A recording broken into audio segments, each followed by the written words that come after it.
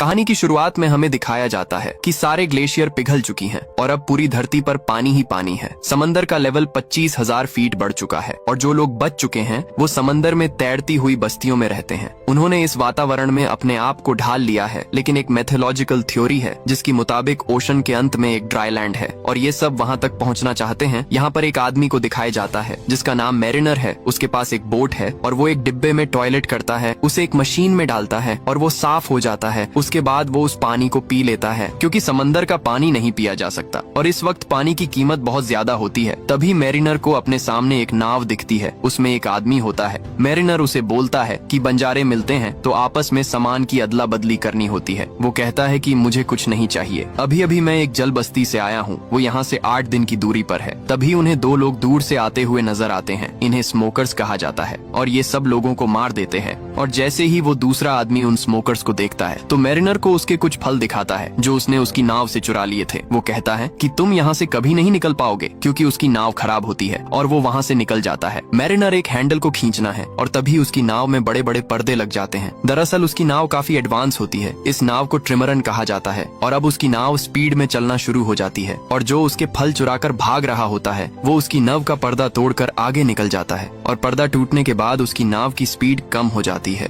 और पीछे से जो स्मोकर्स आ रहे थे वो उसे मार देते हैं। लेकिन मैरिनर वहाँ से बचकर निकल जाता है और वो उस जल बस्ती तक पहुँच जाता है जहाँ के बारे में उस आदमी ने उसे बताया होता है। और गेट पर पहुँचने के बाद वो उन लोगों को कुछ सामान दिखाता है। वो कहता है कि हमारे पास काफी व्यापारी हैं, लेकिन जब मैरिनर उन लोगों को मिट्टी दिखाता है तो वो लोग चौंक जाते हैं। जिस तरह से आज के युग में हीरे जवाहरात बहुत कीमती है, उसी तरह उस वक्त में मिट्टी बहुत कीमती होती है और वो उसे अंदर आने देते हैं। और जब वो मैरिनर की मिट्टी को तोलते हैं तो वो 3 किलो होती है। इसके बदले वो उसे 62 सिक्के देना चाहते हैं, लेकिन मैरिनर कहता है कि मुझे 62 नहीं बल्कि इसके दुगने चाहिए और वो दुगने सिक्के देने के लिए तैयार हो जाते हैं। इस दौर में मिट्टी बहुत बेशकीमती इसलिए भी है क्योंकि मिट्टी पर ये छोटे मोटे पेड़ पौधे उगाकर अपने लिए खाने की चीजों का इंतजाम कर सकते हैं। मैरिनर अपने सिक्के लेकर एक दुकान पर जाता है और वो पीने के लिए कुछ पानी खरीदता है। वहीं पर एक टमाटर का पौधा भी होता है। मैरिनर इस पौधे को खरीदना चाहता है। दुकान वाली लड़की उससे बोलती कि तुम्हारे आधे सिक्के मुझे चाहिए और मैरिनर उसे आधे सिक्के दे देता है और उस टमाटर के पौधे को उससे खरीद लेता है। मैरिनर जिस लड़की से ये खरीदता है इसका नाम हेलन होता है और इसके साथ एक लड़की भी होती है और ये उसकी गार्जियन है। उस लड़की का नाम अनोला होता है। अब मैरिनर वहाँ से सामान खरीद कर जा रहा होता है, तभी उसी बस्ती के कुछ लोग उसके पास आते हैं और उनके साथ एक लड़की भी होती है और वो मैरिनर को कहते हैं कि तुम इसके साथ संबंध बनाओ और जब ये गर्भवती हो जाए तो तुम अपनी जरूरत का सामान लेकर यहाँ से जा सकते हो। और वो ऐसा इसलिए कहते हैं क्योंकि ये इस बस्ती का नहीं है और इनकी जो प्रजाति है, इनकी जो जीन्स है वो अब कमजोर हैं। लेकिन मैरिनर साफ साफ माना कर देता है। वो कहते हैं कि तुम्हारे पास कुछ भी नहीं है जो तुम मुझे दे सको, तुम लोग मर रहे हो। ये कहकर वो जाने लगता है। तभी उन लोगों को शक होता है कि ये स्मोकर है और वो उसे रोक लेते हैं और जब वो उसे रोकते हैं तो वो देखते हैं कि उसके कान के पीछे गिल्स हैं और गिल्स देखने के बाद आदमी चिल्लाता है कि ये म्यूटेंट है और वो उसे पकड़ लेते हैं और एक केस के अंदर बंद करके वहाँ पर मड़ होता है उसमें डुबाना शुरू करते हैं। दरअसल जो भी इंसान मर जाता है वो उसे यहाँ पर डुबाते हैं ताकि उससे खाद बन सके। लेकिन इससे पहले कि मैरिनर उसमें डूबा पाता, इनकी बस्ती पर स्मोकर्स हमला कर देते हैं। यहाँ पर एक आदमी होता है जिसका नाम ग्रीगोर होता है। ये एक इन्वेंटर है और इसके पास उड़ने वाला बलून होता है। हेलन और अनोला को भी वो अपने साथ ले जाना चाहता है, लेकिन इससे पहले कि हेलन और अनोला उस बलून तक पहुँचती, बलून उड़ जाता है। तभी वो नीचे देखती है कि मरीनेरे डूब रहा है, वो केज के अंदर बंद है। वो भागकर वहाँ पर जाती है और वो कहती है कि अगर मैं तुम्हें छुड़ाऊंगी तो तुम हमें अपने साथ लेकर जाओगे। वो कहता है कि हाँ। वो उसे छुड़ाती है और इसके बाद ये तीनों के तीनों यहाँ से निकल जाते हैं और स्मोकर्स इनकी बस्ती को तबाह करके उस पर कब्जा कर लेते हैं। इनका जो सरदार होता है जिसका नाम डिकन है, वो कहता है कि मुझे वो टैटू वाली लड़की चाहिए। दरअसल ये इनोला के बारे में बात कर रहे होते हैं। इनोला की बैक पर एक टैटू होता है और इनका मानना ये था कि वो ड्राईलैंड तक का नक्शा है, इसीलिए इन्होंने इस बस्ती पर हमला भी किया होता है। यहाँ पर 3 तरह के अलग अलग समूह हैं। एक स्मोकर्स जो लोगों को मारते हैं, उनकी बस्तियों पर हमला करते हैं। दूसरे हम इंसान जो समुद्री बस्ती में एक साथ रहते हैं, चीजों को खरीदते हैं और बेचते हैं। और तीसरे वो होते हैं जिन्हें म्यूटेंट कहा जाता है, जिनके कान के पीछे गिल्स होते हैं जैसे मछली के होते हैं, जिसकी वजह से ये पानी के अंदर भी सांस ले सकते हैं। और मैरिनर भी एक म्यूटेंट है। मैरिनर हेलन को बोलता है कि हमें इनोला को मारना होगा क्योंकि हमारे पास इतना पानी नहीं है कि जिस पर 3 लोग जिंदा रह सके।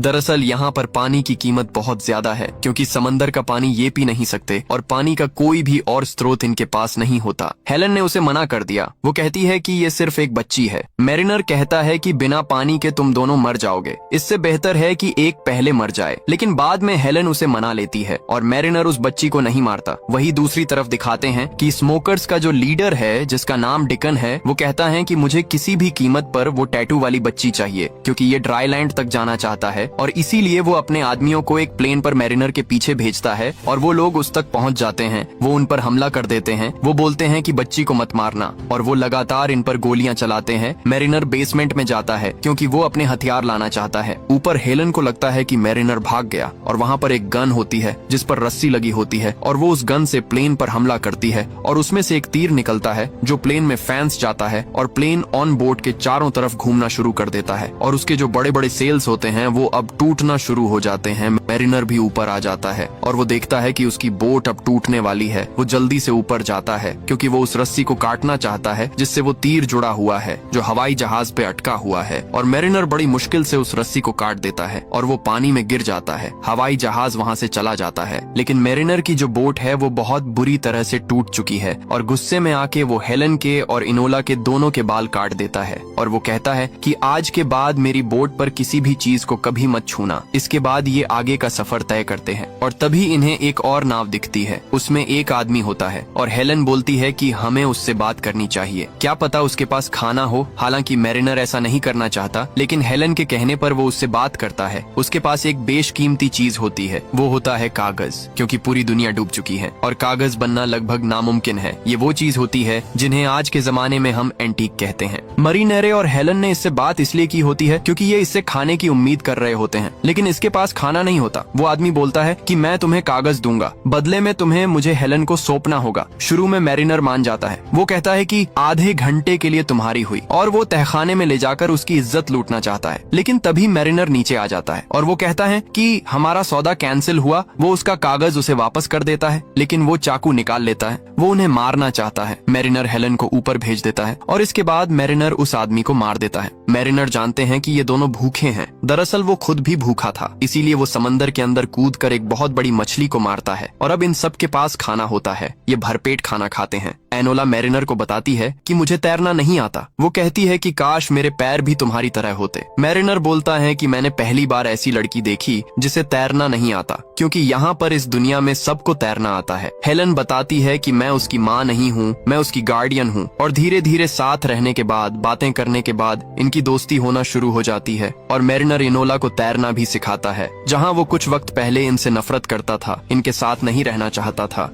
अब सब ये एक दूसरे की दोस्त बन चुके हैं। इसके बाद ये नाव के ऊपर आ जाती है और तभी ये देखते हैं कि सामने एक बहुत बड़ी नाव होती है और ये एक तरह की चौकी होती है जहाँ पर सामान खरीदा और बेचा जाता है और वो अपनी नाव को उस तरफ ले जाता है। लेकिन जब वो दूरबीन से देखता है तो वो देखता है कि उस चौकी पर पूरी तरह से स्मोकर्स का कब्जा होता है। दरअसल डीकन अपने आदमियों के साथ यहाँ पर पहुँच जाता है क्योंकि वो इनोला को, जिसकी पीठ पर सूखी धरती का नक्शा है, उसे हासिल करना चाहता है। लेकिन मैरिनर बड़ी चालाकी से, बड़ी बहादुरी से यहाँ से निकल जाता है और उसे अब शक हो जाता है। वो कहता है कि वो लोग हमारा नहीं बल्कि इनोला का पीछा कर रहे हैं और उसकी पीठ पर जो टैटू है उसका मतलब क्या है। हेलन बताती है कि ये ड्राईलैंड का नक्शा है, यानी सूखी धरती तक पहुँचने का रास्ता। मैरिनर बोलता है कि बेवकूफी है, ऐसी कोई जगह नहीं है। हेलन बताती है कि जब हमें इनोला मिली थी तो उसकी टोकरी में सूखी मिट्टी थी और वो मिट्टी तुम्हारी मिट्टी से भी बहुत बेहतरीन थी। इसीलिए सभी लोगों का मानना है कि इनोला की पीठ में जो नक्शा है वो सूखी धरती का नक्शा है और अभी तक इन दोनों यानी कि हेलन को और इनोला को ये लगता है कि मैरिनर उन्हें सूखी धरती पर ले जा रहा है। उसे सूखी धरती का रास्ता पता है क्योंकि उसकी नाव में बहुत सारी चीज ऐसी होती है जो सूखी धरती पर यानी इंसानों द्वारा बनाई जा सकती है और उसके पास मिट्टी भी थी। लेकिन मैरिनर बोलता है कि ऐसी कोई जगह नहीं है, तुम बेवकूफ हो जो ऐसी चीज पर भरोसा कर रही हो जो तुमने कभी देखी नहीं है, उसका कोई अस्तित्व नहीं नहीं है। हेलन कहती है कि तुम्हारे पास शीशा है और वो गाना बजाने वाला बॉक्स, वो सब कहाँ से आया? वो सिर्फ सूखी धरती पर बनाए जा सकते हैं। मैरिनर बोलता है कि तुम सूखी धरती देखना चाहती हो तो पानी में आओ, और वो उसे पानी में ले जाता है और एक बॉक्स के अंदर बंद कर देता है जिसके अंदर पानी नहीं जाता, और वो उसे समंदर के तल पर ले जाता है जहाँ पर बहुत बड़ी बड़ी बिल्डिंग्स हैं जो पूरी तरह से वीरान हो चुकी है। किसी जमाने में यहाँ पर एक शहर हुआ करता था, लेकिन अब यहाँ पर कुछ भी नहीं है। और वो हेलन को ये सब कुछ इसलिए दिखाता है ताकि उसके मन में जो एक झूठी उम्मीद है वो उम्मीद खत्म हो जाए। और जब ये ऊपर आते हैं तो ये देखते हैं कि इनकी नाव पर स्मोकर्स ने पूरी तरह से कब्जा कर लिया होता है, और वो इन दोनों से पूछते हैं कि इनोला कहाँ है।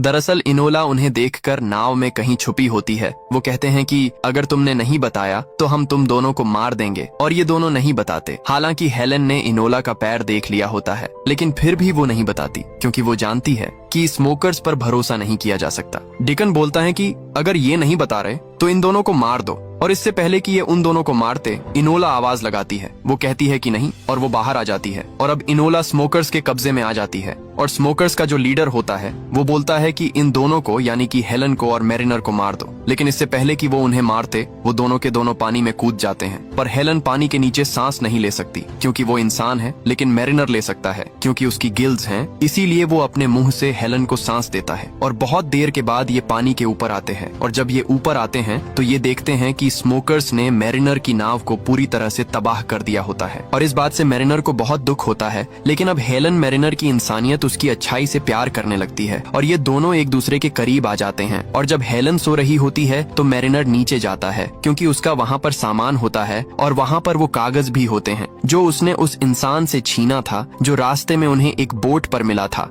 और उस कागज पर एक आइलैंड का चित्र होता है जहाँ पर बहुत सारे पेड़ होते हैं, और इनोला ने भी एक कागज पर उसी तरह के पेड़ का एक चित्र बनाया होता है। और मैरिनर समझ जाता है कि इनोला की पीठ पर जो टैटू है वो सूखी धरती का नक्शा है, और अगर इनोला ने वो चित्र बनाया है इसका मतलब वो वहाँ जा चुकी है, वो वहीं से है। लेकिन यहाँ से निकलना लगभग नामुमकिन है क्योंकि इनकी बोट पूरी तरह से टूट चुकी है। तभी ऊपर हवा में दिखाते हैं कि वहाँ पर ग्रीगोर आ जाता है, वो आदमी जिसके पास उड़ने वाला बलून होता है, जो उस वक्त अपनी बस्ती से भाग गया था जब उनकी बस्ती पर स्मोकर्स ने हमला किया था। और वो हेलन को देखकर पहचान लेता है। वो कहता है कि अच्छा हुआ तुमने अपनी बोट जला दी, नहीं तो मैं तुम्हें कभी भी नहीं ढूंढ पाता, क्योंकि धुएं की वजह से मैं यहाँ तक पहुँच सका। और वो इन दोनों को अपने बलून पर ऊपर ले जाता है, और पास ही में कुछ सर्वाइवर्स होते हैं जो उस बस्ती से भागे होते हैं जहाँ पर स्मोकर्स ने हमला किया था। और वहाँ पहुँचने के बाद मैरिनर बोलता है कि मैं इनोला को ढूंढने के लिए जा रहा हूँ, और वो स्मोकर्स के बहुत बड़े जहाज तक पहुँच जाता है और जहाज के अंदर चला जाता है। जहाज में कई सारे लोग होते हैं,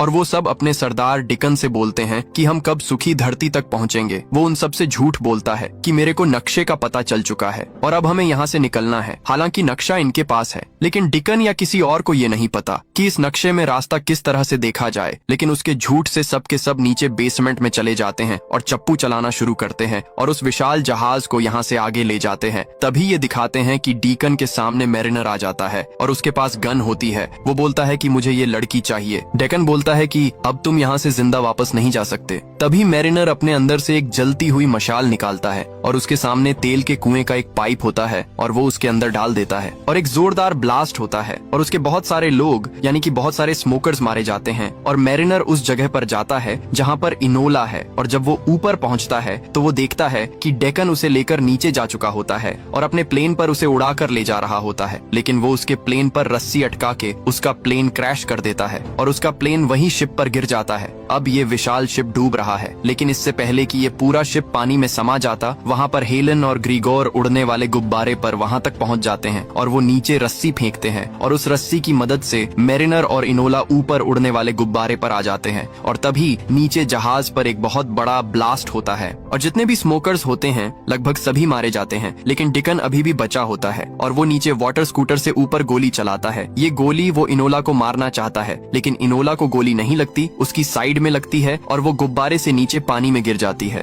और अब उसकी तरफ 4 स्मोकर्स बढ़ रहे होते हैं। क्योंकि वो उसे हासिल करना चाहते हैं। और तभी ऊपर से मैरिनर अपने पैर पर रस्सी बांधकर जिस तरह से बंजी जंपिंग की जाती है उस तरह से इनोला की तरफ कूदता है, और इससे पहले कि स्मोकर उस तक पहुंचते वो इनोला को पकड़कर ऊपर ले जाता है। और ये तीनों स्मोकर्स जो उसकी तरफ आ रहे होते हैं वो आपस में टकरा जाते हैं, जिसकी वजह से एक जोरदार ब्लास्ट होता है, और इस ब्लास्ट में डिगन के साथ साथ उसके सभी स्मोकर्स मारे जाते हैं। और इस तरह से मैरिनर इनोला को बचा लेता है। ये ऊपर आते हैं और वहाँ पर ग्रीगोर बताता है कि मुझे अब रास्ते की समझ आ चुकी है। वो सूर्य की स्थिति से अंदाजा लगाता है और जो टैटू इनोला की पीठ पर होता है उससे वो तालमेल बिठाता है, और वो कहता है कि सूखी धरती उस तरफ होनी चाहिए, और वो अपने उड़ते हुए गुब्बारे को उस तरफ लेकर जाते हैं। रात होती है और ये सब सो जाते हैं, और जब सुबह मैरिनर की आंख खुलती है तो उनके उड़ते हुए गुब्बारे यानी कि इनके यहाँ पर एक पक्षी आकर बैठता है। और तभी मैरिनर सामने देखता है वहाँ पर बहुत ऊंचा पहाड़ होता है, और ये होता है एवरेस्ट। लेकिन एवरेस्ट अब पूरा हरा भरा है, यहाँ पर पक्षी है, पेड़ पौधे, मीठे पानी के झरने। और जब ये ऊपर जाते हैं तो वहाँ पर देखते हैं कि एक झोपड़ा भी होता है जिसके अंदर 2 कंकाल होते हैं,